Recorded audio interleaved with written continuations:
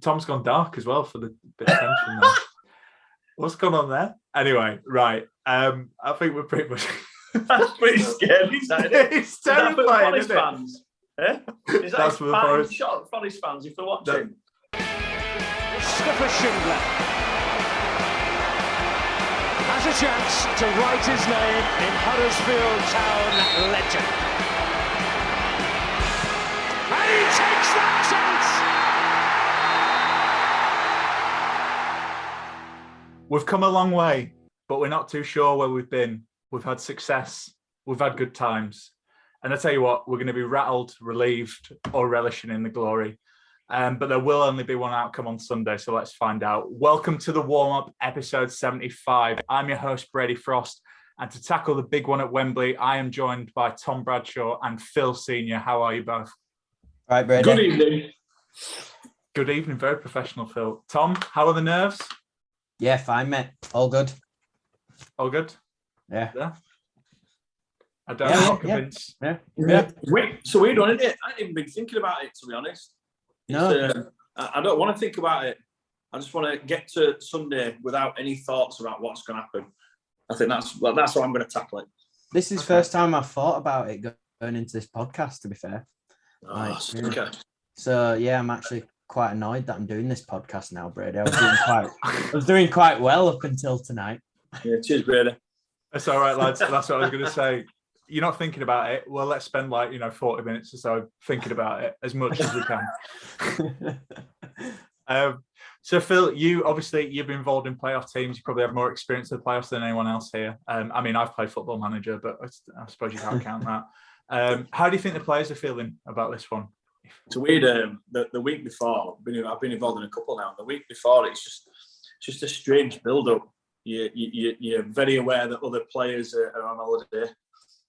You see, especially now with social media, away with the families and stuff, and then you've got one last little push, and it's quite a strange place to be in, but it's really exciting, and you've got that full week and a little bit to really prepare and work your plans out. So I'm sure it'll be a time for players to recover and make sure they're fit, because every single player in that squad will want to be involved, and there'll be some disappointed people if they're not. And also it gives them a time to kind of fine tune where they need to be and to fly into Sunday. So it's a very nervous time as a player, without anticipation, but it's also a great time. It really is. It's if there's one way you want to go up, it's through the playoffs. So I'm sure they've all got their eyes on that. So yeah, it's an exciting time. Definitely. And I was going to ask actually, because obviously they've gone away to Portugal to train. Do you think that's good for them to get away from the town and kind of just concentrate, or could that backfire? Yeah, I found it a bit of a weird one, really. I couldn't really understand it. Obviously they tend to go away for one where they're training, and it's been hard around here, to be honest. Garden's green, so there's been a bit of water, and it's growing well, so it's decent weather. But I think it's a good idea, and they've got their own plans, haven't they? So Carlos, trusting Carlos, he knows what he's doing, and I think that little bit of togetherness. I remember we went to Jacko took us to Carden Park in Chester. We didn't train.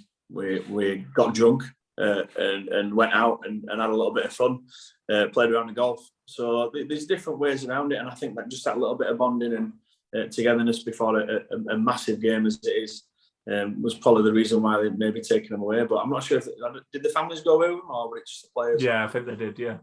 Yeah, it's nice, and I think that when I was playing it, there wasn't much emphasis on the family side. It was more the team, and I think modern day now it's nice that the families are involved, and it just brings the team a little bit closer. So yeah, good on them. Nice. Phil, before we move on, who won golf when you were playing in Chester? We were all shocking. We really were. I'm trying to think of who were half decent. Probably Lee Fowler. He liked to game. Mark Hudson was shocking. His smallest arms ever, so he couldn't even swing his clubs.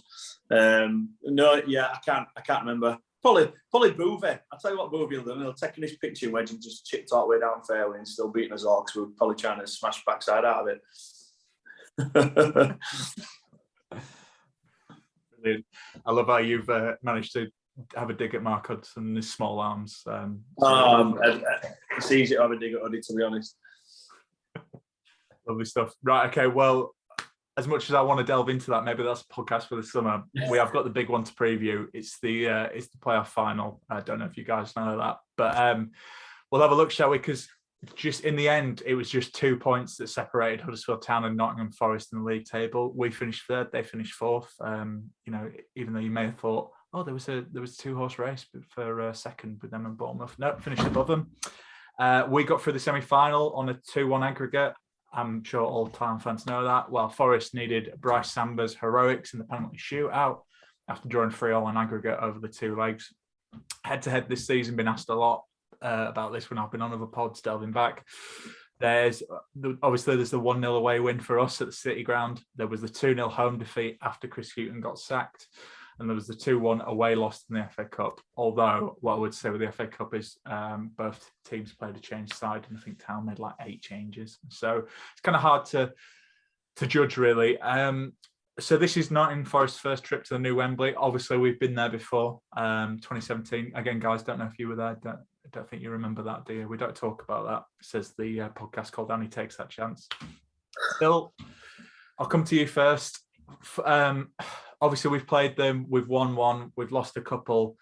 Does playing against them, does that have any, will that have any influence on the game on Sunday?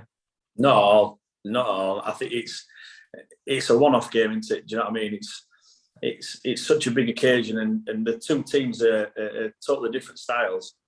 That on any given day, you can obviously, as you see, it doesn't really make a difference. I think the scores previously have been tight. They've been tight games, so there's nothing in it really. So yeah, I don't think it really makes much difference. And I think I do think it'll be a pretty tense game, to be honest. I think they need to get at us, because I think we can soak up that pressure, and if they don't, I think it'll just be a bit of a stalemate. So I don't know what you guys think, but yeah, it's an intriguing one. It's not like when we played Reading. I weren't even confident against Reading. They played well that season. If it had been Fulham that season, etc. I just think whoever we get, it doesn't really make a difference. I think it's all about us, and we'll probably go into a few things later on. But I think when it gets to this point of the season now, I don't think you can worry too much about the opposition. It's about what you do as a team. Yeah. Tom, would you agree with that? It's more about Huddersfield than Forest with this one. Yeah, definitely. But I'm also a bit of that kind of, what do you call it? Bad juju kind of thing. Like looking at over history and stuff. We've got quite a good record against these lot. I think on the win side, we're actually 5 wins ahead of them in the head-to-head. And in the last 10 games, we're 6 wins ahead of their 4. But no draws either. So I'm actually I kind of hope it's going to be a final where we don't go all the way to penalties for once, and we get a winner in 90 minutes, hopefully. Yeah, here's hoping. And we've got some questions that we're going to answer from some of the listeners who submitted in, but we'll cover key players. Tom, who have you selected as a key player for Forest in this one? For Forest, so given that he came on and he almost won us. Well, he did basically win us the game. Sorba kind of pulled the strings when he came on, didn't he?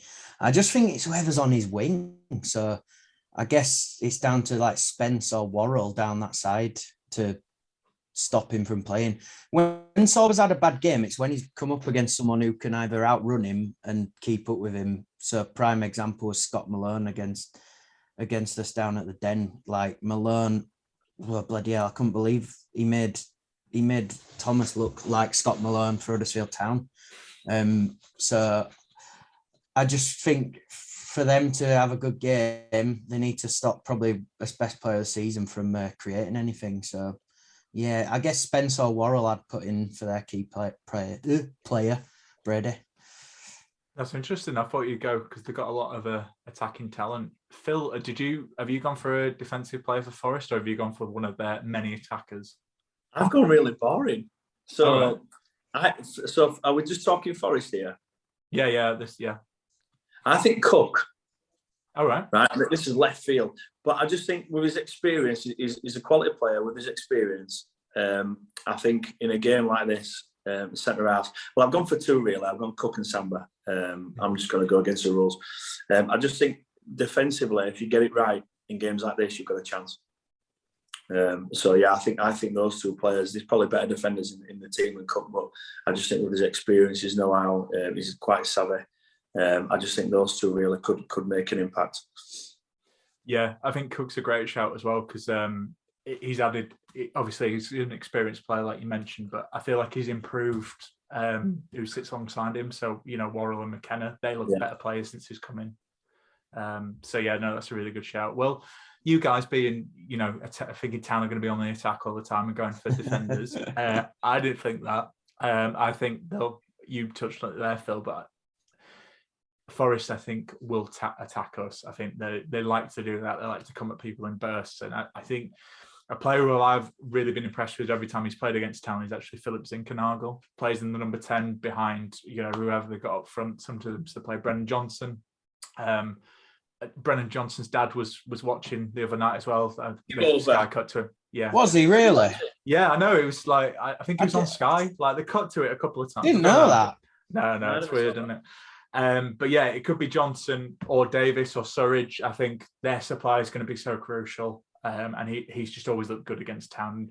To be honest, I think the more we've played him throughout the season, it looks like he's developed his physicality and he's harder to brush off. So I think whoever plays in the defence for Town is going to have the work cut out. But you lads talked about attacking players for Town. Have you gone for an attacking player, Tom, as your Huddersfield Town key player? No, I've kind of going on your coattails here, Brady, because I think if for Town to succeed, they need to. Maybe I should have picked him for my key player, but you need to stop that Zinkernagel from kind of pulling the strings, basically. So I've gone for the general Hoggy to have like one of his best games ever and just stop Zinkernagel, basically. Annoy him, kick him, stop him, wind him up, do what you've got to do that proper, just 90 minutes of pure Jonathan Hogg, just to stop them kind of creating, basically, I think. 90 minutes of pure Jonathan Hogg. It sounds like 90 minutes of pure horribleness. Yeah, exactly. It sounds like one of those like cheesy albums, like an R&B album. 90 minutes of pure Jonathan Hogg. I like that. Thank you for humouring there, Tom, as well. Yeah. Phil, what about you? Who have you gone for as a Town keeper in this one? I've cheated again. I've gone boring again, but I think Nichols and Lees. I think it's a straight swap for the other side of the pitch. I just think their danger for me, from what I've seen, I've not seen much of them, but from what I've seen, the balls into the box, when they get in behind in wide areas, they put some real dangerous balls in. So I think if we can get those near posts right and central in the goal, I don't think there seems to be any much threat towards a backstick. But I think if you can get those areas right and we can win the game within that area, I think that'll be really important for us. So because they're going to get in past us at some point, they are, and it's how you defend as a team. And I'm sure there's plenty of work gone on that way with Carlos Coleman. So I just think those two are pretty important for us. And Phil, I'd be interested to get your take because Lee Nichols has been amazing this season, but how good has he been? Like, I know we've had some great keepers at Town, but he's got to be right up there, surely. We said this the last couple of years now in terms of how important a good goalkeeper is, and not because of the world-class saves that they make, because I think if you look back at some of Nichols' saves, I don't think he's pulled any top corners out or flying bottom corners. We mentioned this just before we came on. It's the he hasn't gone unnoticed, but it's the goalkeepers that go unnoticed within a game. The simple things that they do, the crosses that they take cleanly, sweeping up at the back, the calmness with the ball at his feet, some of the shots that come straight at him that never come off. Although in that semi-final game at home, a few did come off him, which looked a little bit nervy, but it can be understood. But I think he's just been a calming presence. And when you turn around as a centre half and you look and see what you've got behind you, you know that sometimes if you do make a couple of mistakes, you're going to get supported, and vice versa. When you've got Lees in front of you and Matty Pearson when they were playing together, and Lee Rise and Naby who's performed well, you know that you've got a little bit of protection there, and if you do make a couple of mistakes, they're going to have your back as well. So it makes a huge difference. It's interesting, isn't it? Like you just touched on there, Phil, like how, because this is what I've picked up from him this season, and there was an example of it in that home game against Luton. One of their players had a shot that were edge at box, a proper good stinger, and any other keeper probably dives for it and might save it, tap it round corner. And they kind of mentioned it. Nichols was just he'd read the play before it happened, and he basically moved over and he just caught it. Do you know what I mean? Yeah. And it's things like that he's just making it look so easy. And that's the art of goalkeeping. It's having to do as little as possible, really. And another thing that I really like about him as well, which I've seen more and more over, I've played with a lot of players who are really quick to point the finger at others and to shout at others if things don't go right. If you watch Nichols and his body language, if anyone gets anything wrong at any part of the pitch, he'll be positive towards them. He'll tell them exactly what's happened, etc. But he'll be positive towards them. And I think he's just a real calming influence on the field and a big leader, even though obviously he doesn't have the armband. I think he's a real leader on the pitch. Yeah, and Phil, obviously us fans are getting carried away and like say Nichols for England, you know, even if it is third choice. Do you think that's a bit of a wild shout, or can you see something in that? Listen, I think nobody knows, do they? You know, it's one of those things where, you know, people say, you know, I was one of those as soon as they said it, and I was like, no, come on, give over this. There's bigger keepers, there's keepers who are playing in Premier League, they're making saves in the Premier League, etc. But you just never know, because the thing is, people need a chance, and it only takes that one chance. You know, you look at Jamie Vardy, he took his chance. You know, there's other players where they step into the limelight and they grab it with both hands, and you would never have thought.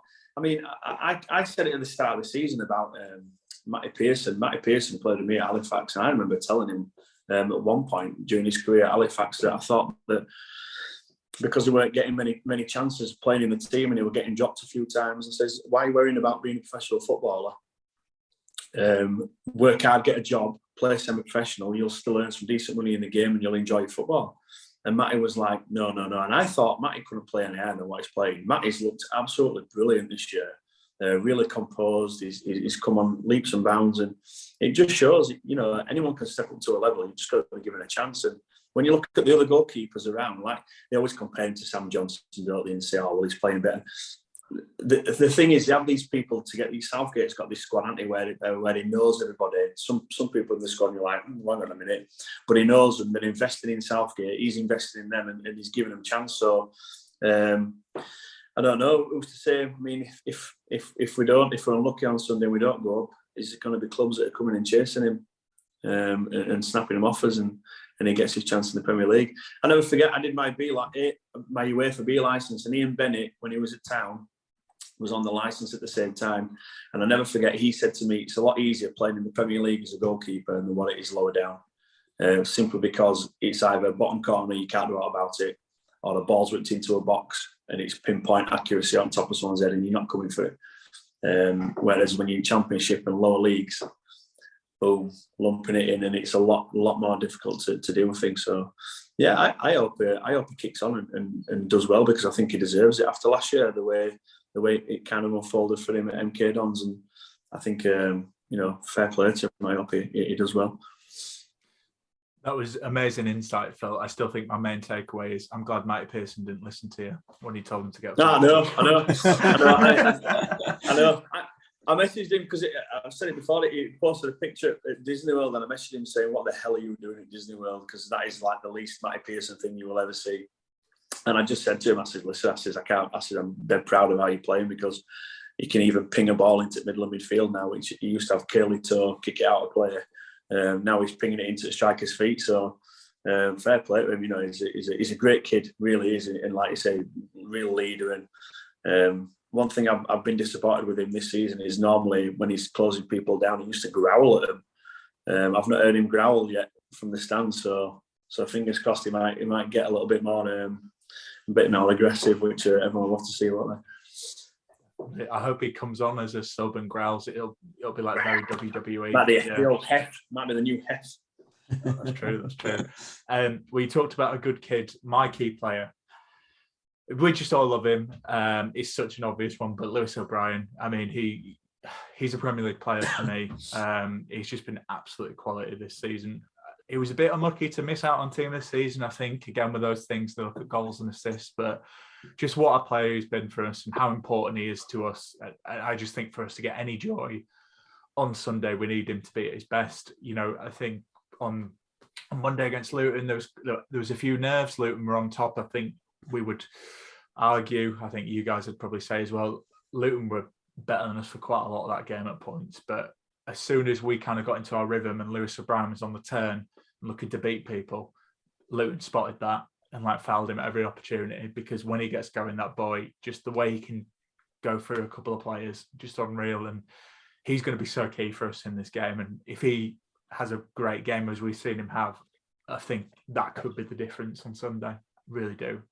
Just what a player. And I hope he, we'd get to see him again, wouldn't we? If we are victorious. Whereas if we're not, I don't know. I think that might be his last appearance for Town, but not to bum everyone out. But yeah, what a hell of a player. I mean, Tom, you love him, don't you? So let's jump on the love it a bit more. Yeah, he's all right, isn't he? He's all right. Just my love for gingers. Phil, yeah, am I right? Do you think he's a Prem player, or am I just gassing him up a bit? Yeah, I don't know. I'm one of those. I'm on the line with him, to be honest. I think he's been fantastic. His work rate is unbelievable. His first touch in the space, if you watch, when he receives the ball, there's not many times they can take the ball off him. It's like this weird sixth sense that he knows exactly where he needs to play the ball. He man's other side of his body, and the awareness is fantastic. I just think sometimes his final ball isn't up to where I probably would expect, but we forget how young he is, and I think the way he plays, he's not that type of player, and I think it's just I've kind of got my head around it a little bit more this year. He's not that you can't really expect things from people if it's not in their kind of repertoire. But I 100% agree. He's a real key player for us, isn't he? His pressing, his work rate. It's like Joe Salboni. It's absolutely phenomenal. So he's been a real asset, and he would be a massive loss if we do lose him. But again, it's there's always somebody else to fill the boots, and we've got a young lad in the 23s who I suppose can come in and do that kind of job. So it'd be interesting to see. But I think that's a good shout. That I think it might be a game where we sit back a little bit and we need to beat him on the counter and that could suit us really. Yeah, definitely. All right, guys. Well, we've got a bit of we've teed it up rather nicely. I think now's the time to hear from a Forest fan, because it's viewed from the other side. So I caught up with Rich from the 1865 Forest Ramble ahead of the big game, and here's what he had to say about the final. Pub side. Hi Rich, thanks for joining me again. So how are the nerves heading into this one then? Are you feeling confident after such a great season? Hi there, Brady. It's lovely to speak to you again, and hi to the rest of the team and your listeners. How are the nerves? It's a funny one, this. I mean, I think there'll always be nerves going into a playoff final because of the nature of what it is. But I think that for many Forest fans, maybe it's an age thing for someone like me, but we're as lacking in nerves as you can possibly imagine, because we weren't supposed to be here. After 7 games, we're steadfastly bottom of the table. And it's only when Chris Hughton was sacked, and of course, you will probably feel a bit sore about this, because in the match after Chris Hughton was sacked, we came to your place and turned you over 3-1. And that started off the Steve Cooper revolution. So in that sense, you know what, we were planning to fight relegation again this season, and planning for a season where we massively underachieved. And you know what, it's worked out okay. We've got players who are playing badly who are now playing well week in, week out. We've got players who are scapegoats who are now heroes. We've added to the squad in certain areas, so obviously having Keenan Davis and Sam Surridge as options up front. And we've really been able to see the talents of the likes of Jed Spence and Brennan Johnson flow and express themselves. So, of course, we want to go up, but whatever else happens, this season has been one heck of a ride. So looking at Twitter, you might have seen there's been a lot of back and forth between Huddersfield and Forest fans this season. Is there a feeling that there's a rivalry developing between the two teams? I don't know if there's really a rivalry. I think it's always going to be banter between two sets of fans whose teams have done better than expected, or are in a similar position in the league. So I'm not particularly concerned about that. I think I did see something saying, for Huddersfield fans, willing Derby fans to come along and join in the party. And it's like, come on now, we're all grown ups here, aren't we? Anyway, whatever you think about that, if that's what you want to do, then that's what you want to do. Forest, we can fill our end of the ground without too many problems. City Ground has been a fortress, and it's been noisy, and that's down to the fact that the fans believe in the club again. So there'll always be that old word banter, and especially with social media these days. But I think that if Forest concentrate on their own affairs, and if the fans concentrate on doing what they can do, then we can make Wembley a cauldron, and I'm sure that you will be feeling that you can do the same from your end of the ground. Forest and Huddersfield have obviously both won away from home when facing each other in the league. How do you expect Forest to approach the final? Yeah, it's funny that, isn't it? So we've had the 3 matches against each other so far this season, and we won at your place and you won at our place, and then we had the cup match. And I think we do need to treat the win at the John Smiths as a little bit of an anomaly, because obviously when a manager goes, it liberates the team. And what was very clear is that the team did feel very stifled playing under Chris Hughton. Stephen Reid got the team playing in the 3 at the back formation. We played a 3-4-3, and we don't know, but I strongly suspect that Steve Cooper had been in touch with the club and said, right, put the players in these positions. This is the kind of methods that you should use, and that's the way that I'm going to play when I come in. And of course, he joined the club just a few days after we played you. Now, in the home match, yeah, you won, and you did a proper smash and grab because you got the early goal, and then we just couldn't score against you. And Lee Nichols single-handedly at times stopped you from losing the points. And of course, we were discussing in our own podcast about whether this is going to be a tale of 2 keepers, and we hope not, because we want the football to do the talking. But it can't be denied that actually both keepers are capable of making very, very big saves if they're called upon. Now, in terms of this particular match, I think actually the FA Cup match is going to be maybe the greatest parallel, because what we noticed in the league match at the City Ground and the FA Cup match is that you tried to come at us fairly early on. In one case, we weathered the storm by basically being able to score against you after you took the lead. In the league match, we couldn't manage that. So that will be probably the key to it. I suspect that you will come at us early on.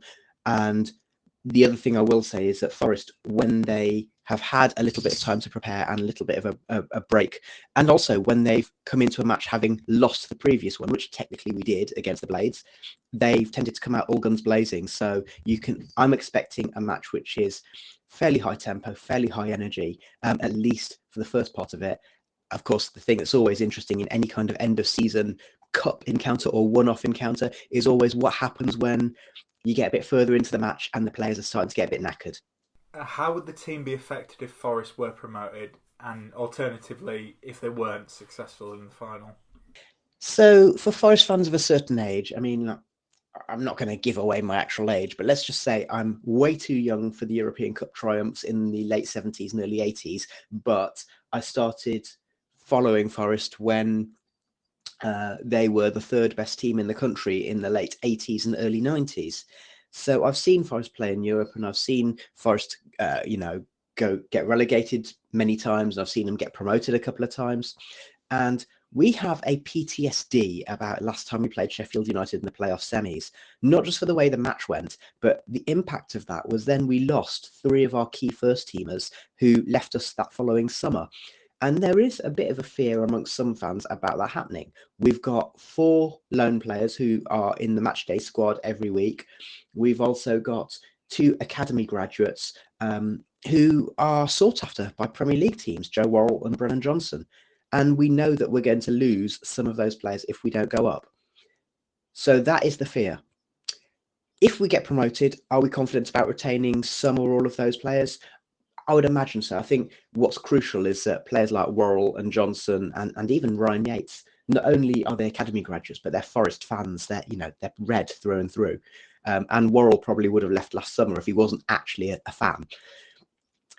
So if we go up, then it means that we've got the basis of the existing team to build upon. If we don't go up, we're going to lose some of them. The difference this time is that for the first time, and of course the proof of the pudding is in the eating, it feels like we've got a club hierarchy who are not only competent in terms of running a business, but they are good football people. We've got Dane Murphy as the chief executive, and we've got Taimur Rushdie as the head of administration. And they have also put in place a few players in regards to recruitment and scouting and so on. And of course, if those names sound familiar to you lot up in Yorkshire, it's because, well, a team who are between us geographically, Barnsley, they employed Murphy and Rushdie, and Forest employed them to say, all right, be business people, but also be football people. And you know what? When Murphy and Rushdie were in charge of Barnsley, they did all right. They recruited sensibly. They got the right manager in. So this year, Forest have got the right manager in. They have recruited quite well using the loan market, signing players like Surridge for £2 million. So fingers crossed, if we don't go up, that the club is still in safe hands. Finally, if you had to give a prediction, I know you don't like them, but if you had to give a prediction for the game on Sunday, how do you see this one going? Oh, mate, I hate predictions. I hate having to make predictions. And also, it's a one-off game at the end of the season. What I would say is that there is a feeling of confidence around Nottingham. Now, I'm sure that Huddersfield fans are feeling that as well, because let's be honest, you're the third best team in the division. The table does not lie, and you finished 2 points above us. We won the same amount of games. You drew a couple of more. We've had a good goal difference, though, so I think that's one thing again that gives us confidence. You know, and especially in that last third of the season, we were free scoring in a few games. So the score prediction I don't want to give, but what I will say is I am confident that Steve Cooper, his team have never laid down and died for 90 minutes or 120 minutes. And when it went to penalties against the Blades, I was as quietly confident as I could be that the mentality that is instilled within the management and the players was, we're going to do this.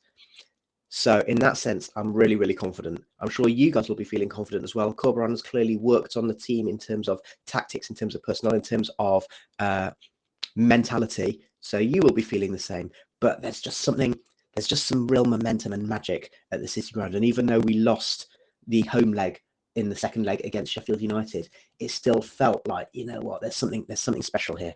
So obviously I'm gonna finish with the old cliche. May the best team win. I hope you enjoy your day out.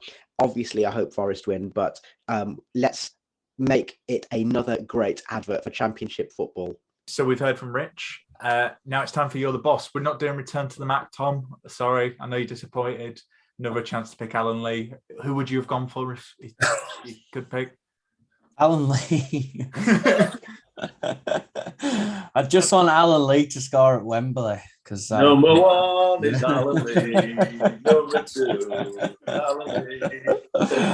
Oh, I can't believe his penalty at Wembley. That was just awful. It wasn't great. The three most experienced players we had that season, and it was like the three worst penalties you could have seen. It was so funny. How did we end up winning that penalty shootout? God knows. Absolutely. God knows. But, anyway, sorry. No, it's all right.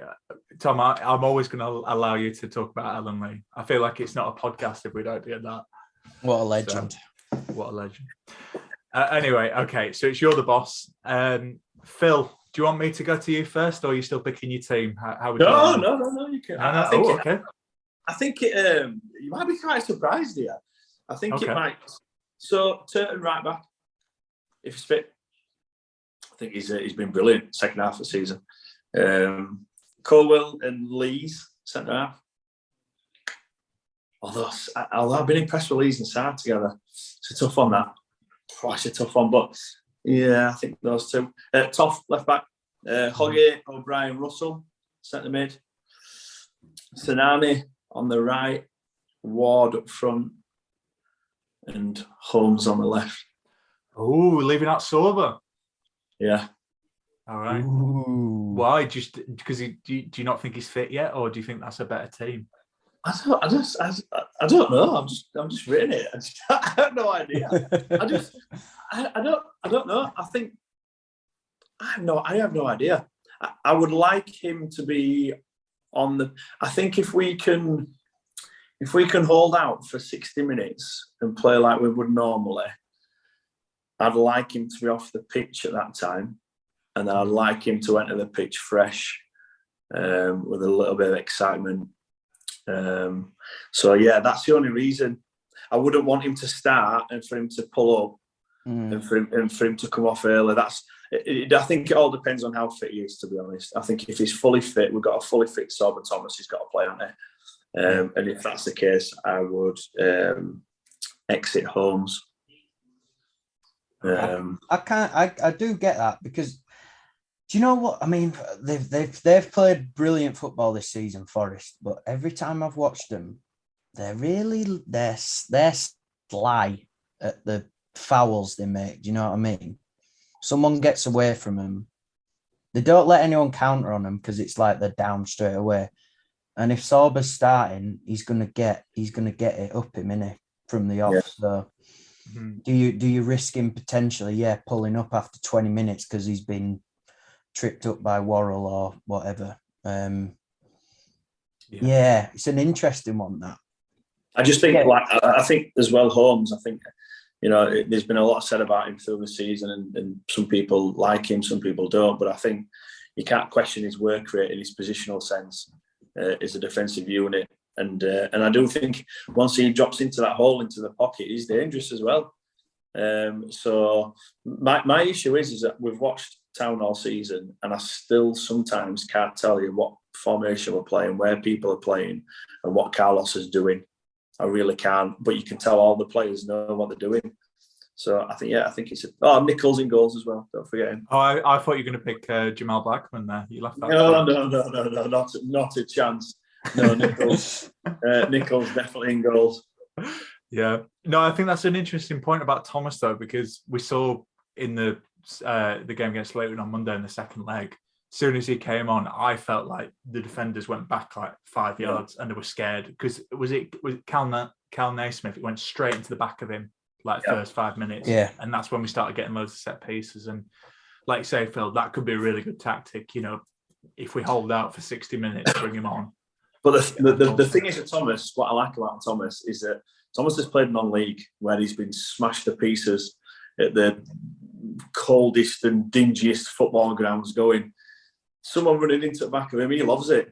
He's got that, he's got, I love his attitude. It's a bit cheeky sometimes, and I think if I were playing against him, I'd want to smash him.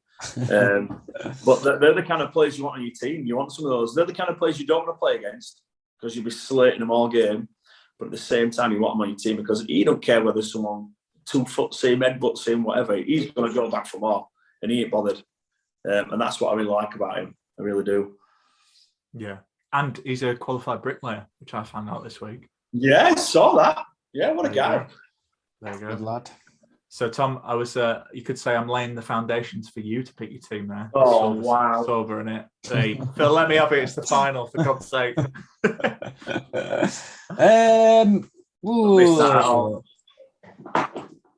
Difficult one, this, isn't it? So what... Brady, I can't change it now. You can't change it now. Just have a little. I know. I actually don't know. I want to play 3 at the back, but my question is Pearson, because he's been training, but that's a risk, in it? Probably. Yeah, I think that's a big risk. So then I'd be putting Naby in. So it'd be Nichols, Lees, Naby, and Colwell with your back 3, and then kind of Thomas and Toffolo, your full-backs but wingers, and then O'Brien, Hogg, Russell in the middle. Who would you play middle of that back 3 then? I'd play Lees in the middle, I think. Yeah, and then have Naby on the right and Colwell's normally on left, isn't it? Is it? Yeah, Naby's normally on left though as well. Oh, so maybe I'd put Naby in the middle then. I don't know, Brady. I'm not the manager, am I? Carlos is. Well, this is your section. It's called You're the Boss, Tom. Make some calls. And then I'd start Rhodes up front with Sinani. Oh, right, okay. Even if Wardy's fit? Even if Wardy's fit. Why are you starting Rhodes? I just thought I don't think Wardy's fit. I don't get how he's come back from basically doing the splits the other night. It looked painful, that. I wouldn't risk having him on and then him needing to come off in 15 minutes and losing a sub. That wonderful thing called cortisone injection. Yeah, true. Just dose them up. Yeah. But I just think I think Rhodes is on it. I think Rhodes is on it at the moment. So I do. I'd be starting Jordan, I think. Give I him an hour, see what he does.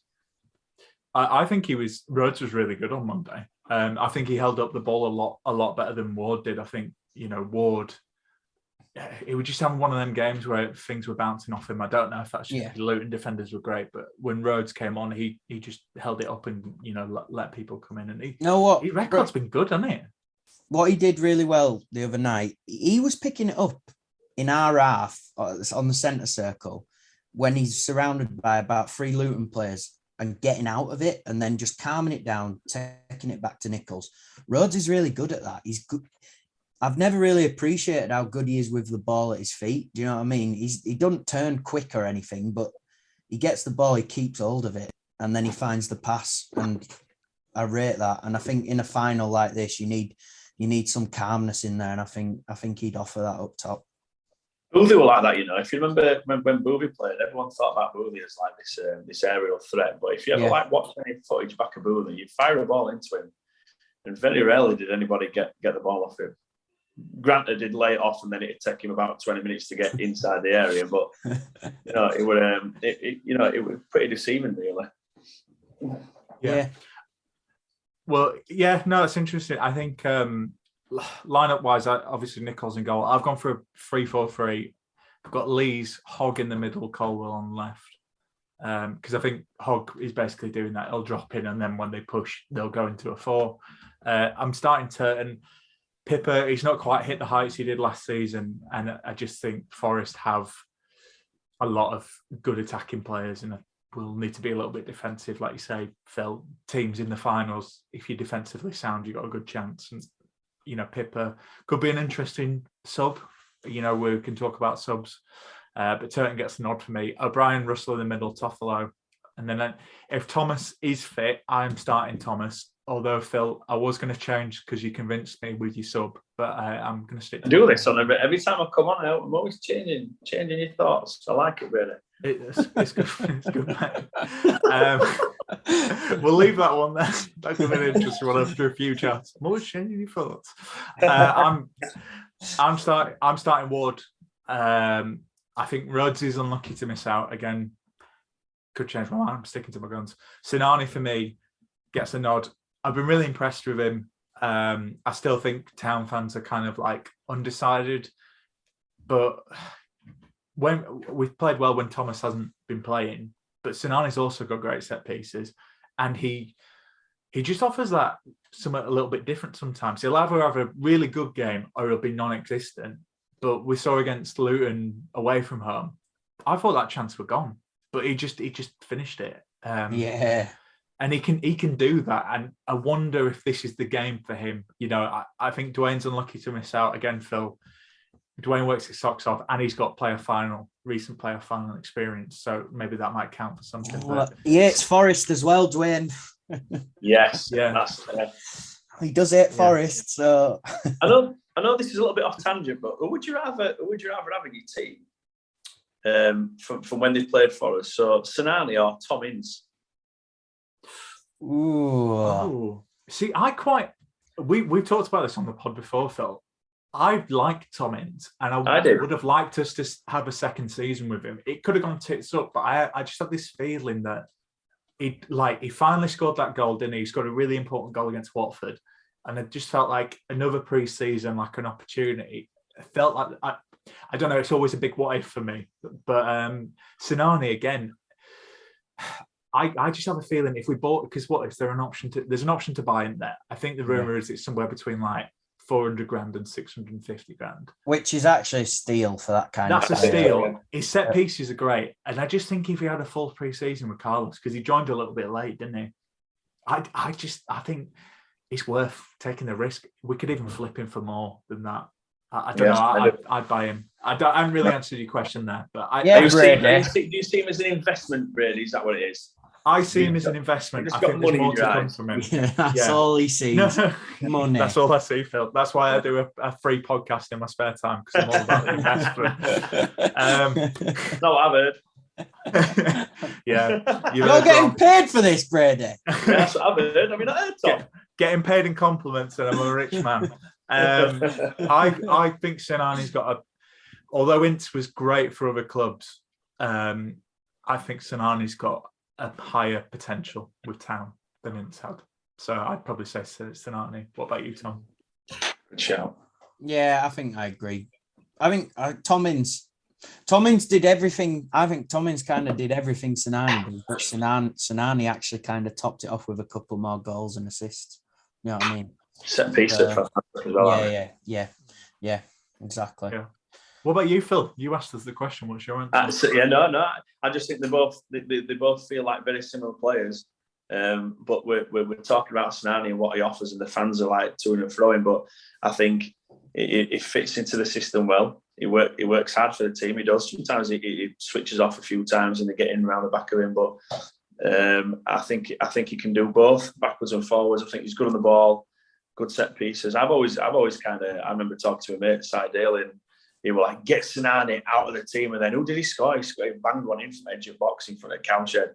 And I just stood up. I just stood up each stand, and I just looked at him and just went, there you go. And he was like, oh. I think he's a decent player. I think we should sign him, up or down. I do. I think he looks a decent player. No, absolutely. Good man. Okay. I don't know about you guys. Sub's going to play a key part in this. So whether Thomas starts or not, Thomas is obviously a key sub. And I'm saying this to will it into existence. Tom's going to roll his eyes because I say this all the time. Tino Andrin, I'm convinced he was going to have a big moment. This could be the game. That penalty that he slotted against Coventry, that was no keeper saving that. That was bottom corner. And I'm just saying, trying to will it into existence. Tino Andrin might have a big moment in this one as a sub. Maybe, Brady. Maybe. Who, Tom? Anyone on subs that you think could make a difference? Caroline. Everyone's crying out. Everyone's crying out for him, aren't they? Everyone wants Tino to do really well, don't they? I do. Nothing more than I want this season because he's come with all this hype and he's shown little bits, hasn't he? And God, imagine if it were his day, Sunday. Do you know what I mean? If things weren't going well and he got brought on and he just showed everything that he's about, that everyone's been raving about. Oh, that'd be unbelievable. What a celebration. Yeah. I'd imagine someone like Scott I coming on and nicking one. You know what I mean? I just think Scott I's got a bit of... I think I've rated him every time I've seen him. I thought he's a solid player. He's a young lad, isn't he? He's learning. But for him to... If he came on and did something, be like Lee Fowler, wouldn't he? Young lad getting in the Town record books forever. I can't believe he is. Jesus Christ. Phil, do you think any interesting subs for Town? Do you think anyone can make a difference? No, I just think that it's been good antic recently where we can bring people on and they can make a difference. And this is what I said before. I think, Rhodes coming on, Tino coming on, Pippa. Definitely that a little bit of pace on on the wing whenever he plays, because you very rarely see him at right back there. So I just think we've got a lot of exciting options, and I just hope the game pans out how we'd like it to. I just thought that we put up a good performance and we don't kind of stumble at the last hurdle, give them a little bit of a fright, and who knows, but we've definitely got plenty, haven't we, on the pitch to trouble them. And we've got exciting and attacking players to come on, which is even better. So no, I think Tino's a good shout. Okay, so we danced around it long enough, guys. We always do a match prediction before we go on to the questions. How are you seeing this one? I've been asked about it when I've been on other championship podcasts. For me, the longer this game goes on, the more it suits Huddersfield. I believe that we...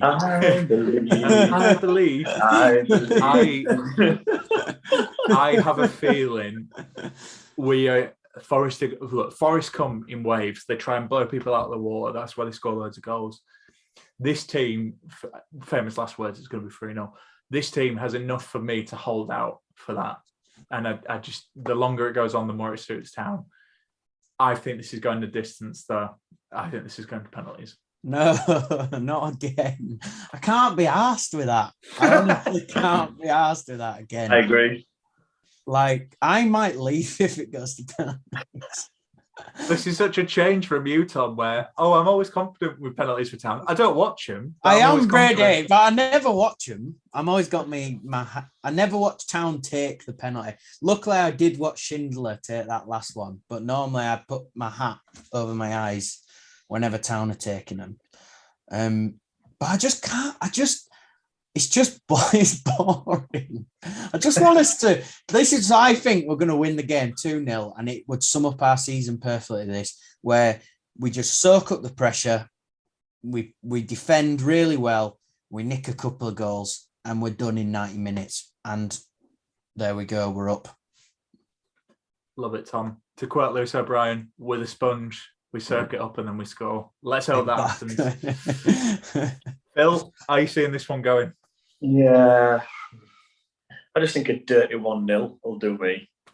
Like just get over the line, just do enough. Did Matty Pearson play away from home when we beat him down at North Forest? When we beat him, I think so. Put me on the spot here, Phil. I'm sure he did. I think it was Lee's. It was Pearson, Colwell, and I think we played a back four, maybe Turton. Yeah. I just don't see us. I don't see us having that kind of, I don't know, last ditch kind of gritty defending as much as what we did when Matty and Lees were in the middle of pitch, and that's what worries me. That's all that worries me. Colwell's a good player, but he's not he's a player. He's not I wouldn't say he's an unbelievable defender. Yeah. Put your body on the line kind of thing. So that just worries me a little bit. That's the only thing in the back of my head that worries me. But I think if we can steal a 1-0, I don't want it to go into extra time. I don't want any anxiety on the day. I just want to sit there, just watch it, because you can't enjoy the game, can you? Because you just don't know what's going on the corner. So I just want it to just be. I mean, it'd be lovely if we could just play in their half all game. That'd be class, wouldn't it? How good would that be? 5-0. 5-0. See ya. 90% possession in their half. Sorted. There we go. Is that how it works? We say the score and it happens. Yeah. Here's how it. I mean, lads, I don't want it to go to the distance. I'd love a 2-0 or a 1-0, but these games are always cagey, aren't they? And let's be honest, when we played, I don't care because we went up, but that game was a stinker against Reading, absolute stinker. So are we in blue and white? Yes, we are. Yeah, we're in the blue and white. But we're in the opposite end that we've been the last two times. We've been. Has anyone got any stats on the blue and white shirt in a final? Is a stat for you, Phil? We've won some games. We've won 3, lost 1 in blue and white, Phil. Well, I mean, I'm not a massive fan of stats. In a playoff final. No, I didn't enjoy having those goals at our end last time. We've won 3 at Wembley in blue and white, because the only one we lost in blue and white was Old Trafford. Old Trafford. And then we won at blue and white at Millennium as well. So yeah, there we go. That was a nice day. It was, wasn't it? What day? Right, guys. We've made our predictions. We're all going Town to win. Because come on, we're not doing this podcast if we're not predicting them to win. But anyway, we've got some questions. Thanks to everyone who sent them in. We've really enjoyed the questions, especially this one. We'll kick things off, Phil, because this is a really serious one for you. It's from Matt Shaw, and it's Phil. What are you eating while you're on the podcast? Just had a couple of penguins and a yazoo. Do they still do jokes on the back of penguins, Phil? Yeah, do you want me to read this one? Yeah, go on. What did the penguin get from the genie in the lamp? I don't know. What did the penguin get from the genie in the lamp? 3 fishes. When I was at school, I convinced someone that my dad wrote the jokes for penguins, and they actually believed me. Right. Yeah, here's next one. What on do the you call playoff it? final preview. What do you call a dog with no arms and no legs? Oh, I don't know. Go on. Anything you want, it still won't come to you. That's quite dark for a penguin. No, that went Yeah, actually that's on really this. dark. I'm joking, that went on this. That's just the only Exist- joke I know. That's the only joke I know. Existential penguin. Okay, we've kind of touched on it here. Question from Nick Barlow: do you start Thomas or Sinani? If Thomas is only 80% fit, could he be better off a bench? Phil, you seem to agree with that, don't you? If he's not fully fit, bench option. Yeah, I just think that was an interesting shout, Thomas or Sinani. I mentioned maybe Holmes, so it's an interesting call in terms of who you might drop out if you did bring Sorba in. So yeah, good point, really.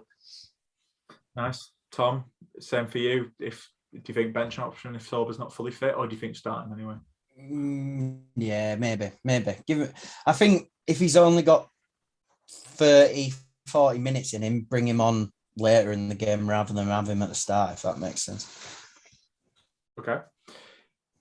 Terry Dave asks, how would you rather win? Straightforward 2-3-0, shithouse goal in the 90th minute after them being dominant for 90. That one. Second one, definitely. All day.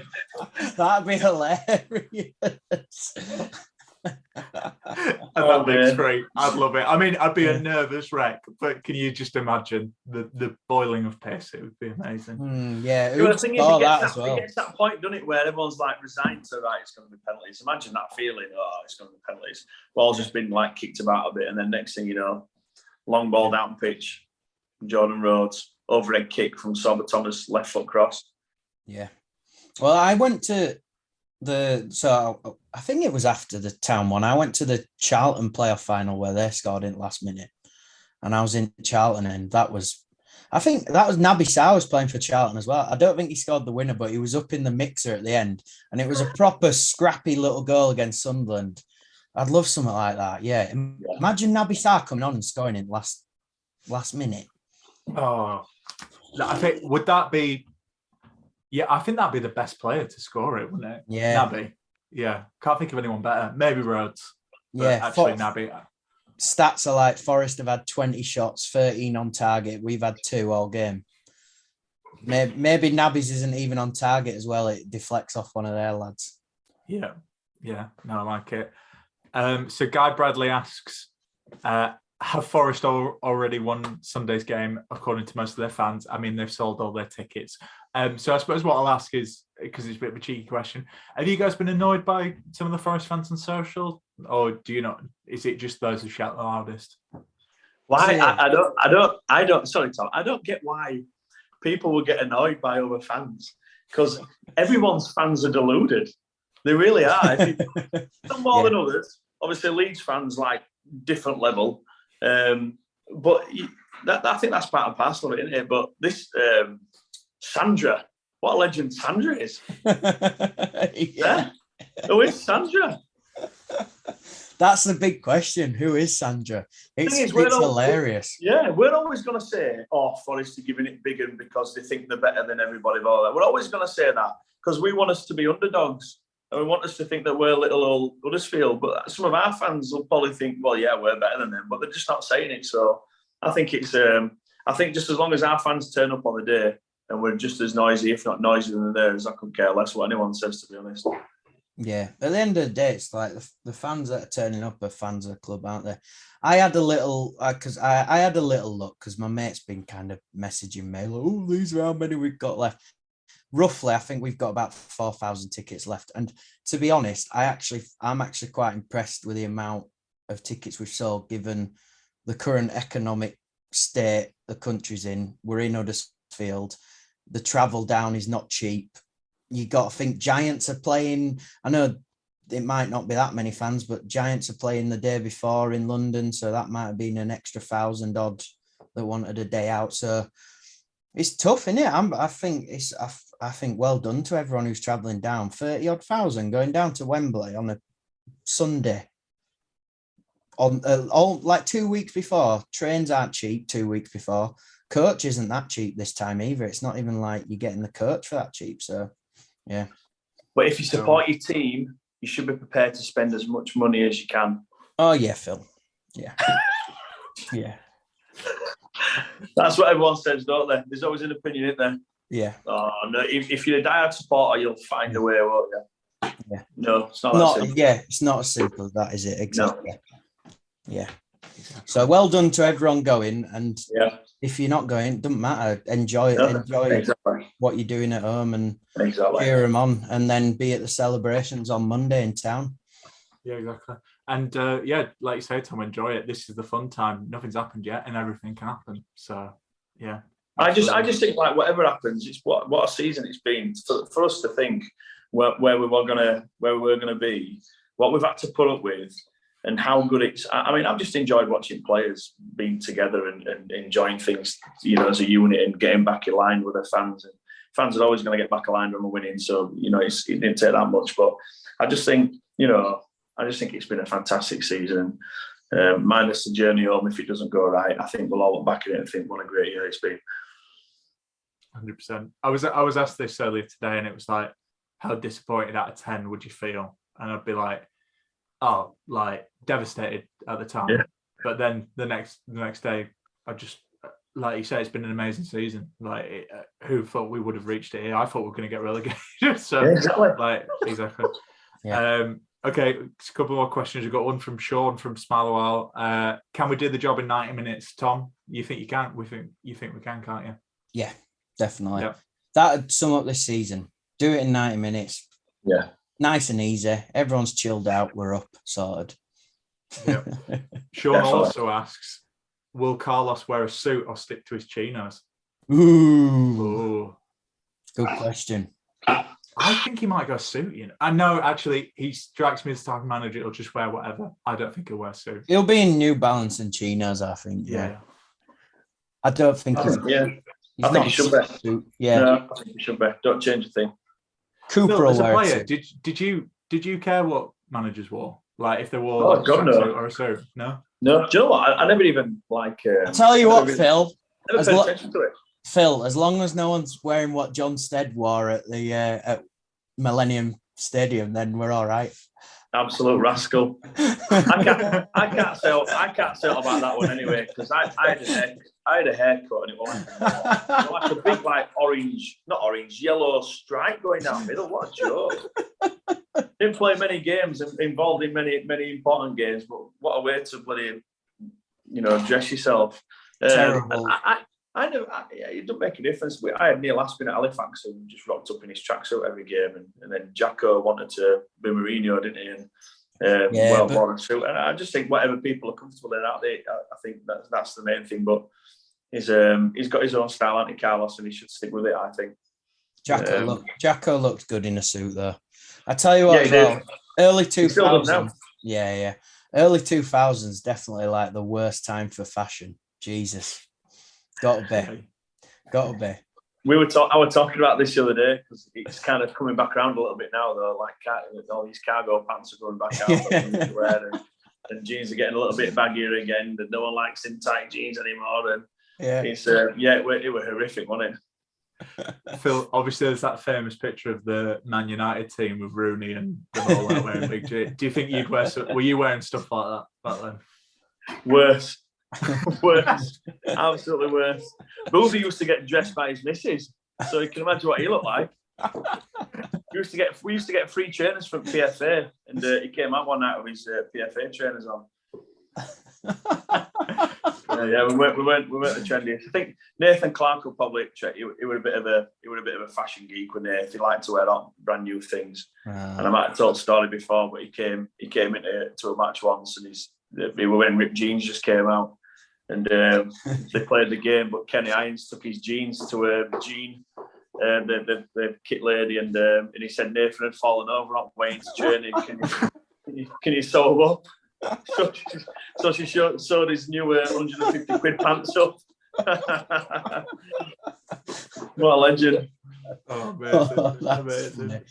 Okay, we've got two more lads, and then I want to hear more stories, Phil. That you can say off the record if you want. Jerry Hinnon, we love Jerry on here. Tom's mate, Jerry. Yeah, Jerry. USA. If it comes to penalties, does either team have a goalkeeping advantage? Nichols is Nichols, of course, but Samba is fresh off going for a shootout and did tremendously. Or is it all just down to luck, correctly guessing, or just shooters missing? Phil, I suppose you're resident keeper that we asked loads of questions about. Who do you think? Any advantage or? Samba looked impressive, to be honest. He's a big unit, isn't he? And he fills the goal quite well. So, you know, I've always said, imagine rocking up and seeing me studying a goal. Oh, where am I going to put it? Let's have a guess. Whereas Samba, it's pretty daunting, really. So, Nichols saved 2 penalties, as you mentioned earlier, at Chef Wednesday. So, it's a tough one, isn't it? I just think whoever's lucky on the day, you know, did Samba write down what sides to dive to and all that kind of stuff. But I remember Rabs, we discussed before the Cardiff final, just dived to I think it was his left, just dived to the left every time, I think. And so, yeah, I don't know, it's difficult. It's a difficult one. I don't think anyone's got an advantage. That's interesting. When you were in a penalty shootout, would you just study the players, or would you just go spot? No, I won't bother studying players because they're studying you at the same time. They're studying where to put the ball past you. Where have I taken penalties before? Where's he going to think I'm taking it? It's deluded, I think. Right. I just dive one way. All right, so you're not looking at how as they're taking, you're just like, I'm going this way, just committing. No, when I was younger, playing down at Lilleshall with England, we used to watch a video, and it's all about the foot placement, where the player would place the standing foot in relation to the ball. So if it's tight to the ball, there's a chance they're going to whip it into the corner. If it's further away, you'd open it. So but that's a split second. So, but like I say, I would just dive the same way. And it's done really well for me in the past because I've never saved one in a penalty shootout. There you go. I'm looking forward to Town fans with their binoculars out looking at foot placement if it goes to it. Yeah. Good luck, folks. It's really hard to do. Okay, so the final question is another penalty one. I'll let you guys know this in advance because in case. So HTAFC Dreams asks, who are your 5 penalty takers for Town if we get there? So Tom, do you want to go first, or have we wrote them all down? Have we all got our 5? I haven't wrote them down, but I'll go for it. I think I can rattle 5 off. So let's say so first up, I think I'd have Toffolo taking the first penalty. Oh, you came off injured, mate. You can't have him. You came off injured. Yeah, exactly. Who knows, Brady? So yeah, let's call this question off. That's weird because I've got Toff for first penalty as well. I think really? Toff for first. Let's see, Brady, who've you got for first? So, okay, so I've got Rhodes for first because he did the first against Wednesday. You don't want to take a penalty, Brady. Don't want to do one in a final. Don't like it. He did it against Wednesday, mate, and he's at Huddersfield. Yeah, but that was Carabao Cup bloody first round or whatever. I'm taking Rhodes for second. I'm taking him off. I don't know. I'd back him to score, but I just don't think he wants to take one. So I'd go Toffolo first. Okay, so you both have gone for Toff first. I've gone for Rhodes. Right. Okay, go on then, Tom. Who's your second choice? Then I'd probably have another kind of. I'd have Hoggy step up for the next one. Look at Phil's face. I'd back Hoggy to slot that second one away. Probably scuff it, but it beats Samba on like bobble over him or something like that. I've got Rhodes. Oh, okay. You don't want to take one, Phil. I didn't want to change him out, but no, you're right. He don't look confident, does he? Not in penalties. He should be confident. He's got great technique. He's banging it in, I'm telling you. Well, that's it. The fact that are you keeping him in then, Phil? Yeah. Okay. All right. I've gone Thomas. I think I could see Thomas scoring because I think he's that type of personality, and I think he'd love to score against Samba if Samba's doing the tricks and just be like, shush him. So yeah, Thomas for second. Tom, who have you gone for third? Colwell. Oh, he slots a penalty away all day. I know he's only young, but blooming it, the head on that lad for his age. In front of Town fans, he definitely slots it away, but I don't know about in front of Forest fans. That's another thing to It won't make a consider. difference at Wembley, that. No way, surely. Don't know. Okay. What about you, Phil? Who have you gone for third? I've gone Sinani. Same. But he might not be on pitch. I think if it goes to extra time, he's coming off, isn't he? So that's a stupid one. But if it's 90 minutes, I'm going Sinani. Yeah. I was going Sinani, but you're right. He'd probably get hauled off. So, Dwayne. Yeah, Dwayne. Sinani's off. Oh, you're not, Phil, you're pulling a face. You don't think Dwayne? I'm not confident about Dwayne's... through the year. Naki Wells, Aaron Moy, Lerma. Yeah. I was confident with these players that they're decent.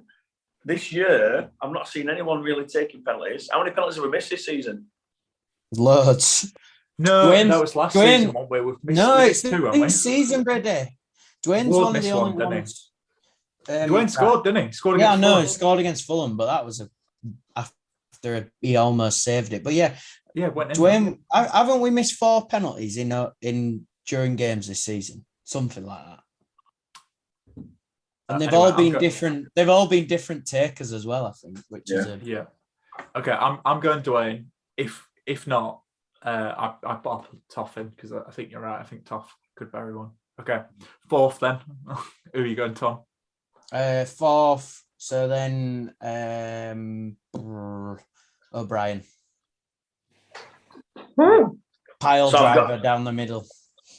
So I've got Toff, Rhodes, Sinani, Sorba. Oh, okay. Because fourth could be the decisive one, to be fair, depending on what happens. Yeah. That's why I put him in. I've gone Lewis as well, Tom. I think Lewis. I back Lewis. I just think he'd just smash it, wouldn't he? Yeah. Okay. Don't tell. Don't tell Samba. Sam will be listening to this and writing it down. He'll have it on his bottle. Yeah. Brady said he's going to smash it. And then that's when Lewis Panenka's it. Oh, can you imagine if a Town player Panenka's it? Hoggy would. No, Hoggy would not Panenka it at all. Off his left foot. If anyone's going to Panenka it, Sorba Panenka it. Yeah, no. If Sorba's forced choice, Phil, and he has a chance to win it, Sorba's Panenka in that, I'm telling you. I won't watch it anyway. I won't be watching it, so it's not. Okay. I'll be in. All right. Last, if we have to go to all 5, I mean, who knows? Like, penalties could go on forever, but it's not going to penalties. You're fine. Who's your last one then, Tom? Sorba Thomas to win it there. Sorba Thomas to win it. 5th. Okay. Phil? I've got O'Brien because if he misses it, then it means he has to stay with us because he'll feel bad. Oh, like it. I don't think that'll work, but it's a nice try. Well, but it didn't work for Lawrence, did it? Yeah. Nice. I've gone Tino. He's buried that penalty against Coventry, and like I say, big moment. Tino to win it. Tino to win it. Basically, 2-touch Tino takes us up. He scores 1 penalty against Coventry and then scores the winner against us. That'd be funny, wouldn't it? Well, mate, look at the FA Cup final. Who wins it for Liverpool? Tsimikas. Yeah. No one would have expected it. In penalty shootouts, there's always someone you don't expect. If you had to bring a player back to take one of your penalties, who would you bring back? Chris Lover, all day. Jesus, the coolness he had in that. Do you know what though? Naki Wells as well. His penalty was decent. He was under pressure as well. Yeah, exactly, Phil. The pressure on him in that final was insane because he had to score that penalty. What about you, Brady? Not Darren Bullock, I hope. No, Shindy. He's done it, hasn't he? He's done the biggest penalty. And didn't Shindy scuff that penalty, really, though? It don't matter, though, does it, mate? He scored it. We named a podcast after it. I've got to pick Shindy. I'd have to go Clyde Wynard, me. All right. Ooh. Yeah. I've never ever seen him miss a penalty. He was unbelievable. I used to just wait until I moved a little bit, and then he was scary. He had a good game the other day as well, didn't he? Up at Golka. Up at Golka, yeah. Yeah. Okay. Pictures and stuff that were good, aren't they? Okay. We did have one more question, which was on Casual Terrier, which was if we win, let's be honest, it'll be crap next season, won't it? No, it won't. We'll win the league. Back to back. What, Town win the league? Town win the league. Yeah. What, Premier League? Yeah. That's what I'm saying. I don't want any negative. We've all got positive vibes, so we're in there. Okay, lads. Before we go, any words of wisdom? Anything you want to say to G up the listeners? G up the listeners. Sing loud and proud. Lose your voices. That's what I try to do every town game I go into. Nice. And do you know what? I'd echo that. Even if things aren't going right, we need everybody up. Because there's probably quite a few fans in that stadium that are watching us that haven't probably been to many games, and you need to get them all going, because I think the more noise we're going to make, it's a big old stadium. We've got to kind of be up for it. Also, make sure you've lined your bellies in the morning. Get plenty of food down here, bacon butties, etc. Yeah, don't drink too much even before, because I made that mistake last time. I drank way too much before the game, and during extra time, I didn't see any of extra time. I was in the bathroom, basically. Yeah. You didn't miss all that, right? But I didn't miss anything, so that's all right. I saw the penalties. But although sometimes it helps and makes it go quicker if you're a bit, if you've had a bit to drink. So. To be fair, that's exactly what I did for the Euro final. I don't remember anything until, like most of that game until it was like Rashford and Saka. So here you go. Tom's gone dark as well for the bit of tension there. What's going on there? Anyway, right. I think we're pretty much. That's pretty scary, isn't it? It's terrifying, isn't it? Fans? Eh? Is that for the Forest fans if they're watching? That's as far as. Yeah, I think we're gonna have to end it, Phil. But I'll echo what you two have said. Like, it's been an amazing season. None of us expected us to get here. I certainly didn't. At home against Luton in the second leg, that was one of the loudest I've ever heard the John Smiths. So let's get behind them. Forest will be singing. Let's sing about. Let's cheer on this team and let's push them all the way. And yeah, let's just up the town. Come on, I'm feeling good. I've hyped myself up. You're hyped, Phil. Let's do it. Come on. Come on. Right, we'll end it there then. Thanks to everyone for listening. We hope this has been a good preview for you for the final. And let's just go there. So thanks to Magic Rock for sponsoring this as well. Magic Rock have actually got a great prize at the moment. You can win 4 tickets to the playoff final and other goodies. So do check that out. We retweeted that earlier. Tom's power's gone out, Phil. That's why. So Tom's power went out halfway through. Yeah. So there we go. What, did he have a torch under his chin? Yeah. It was very Bohemian Rhapsody, wasn't it? Anyway, we need to get out of it. Thanks to you all for listening. Fingers crossed for the playoff final. Cheers to Magic Rock for sponsoring this. We'll be back. We'll be back next season. What league we'll be in, we don't know. But yeah, cheers. Ta-ta for now and up the town. Come on.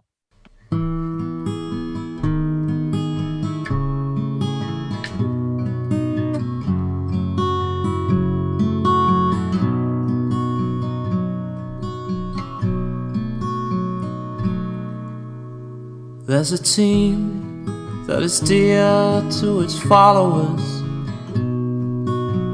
The colours are bright blue and white. They're a team of renown, and they're the pride of the town. And the game of football is their delight. And all the while upon the field of play, thousands loudly cheer them on the way.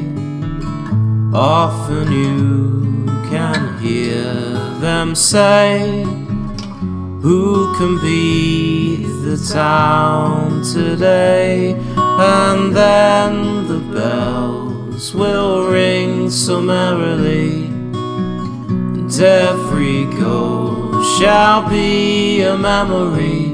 So town, play up and bring that cup back to Huddersfield. So town, play up and bring the cup back to Huddersfield.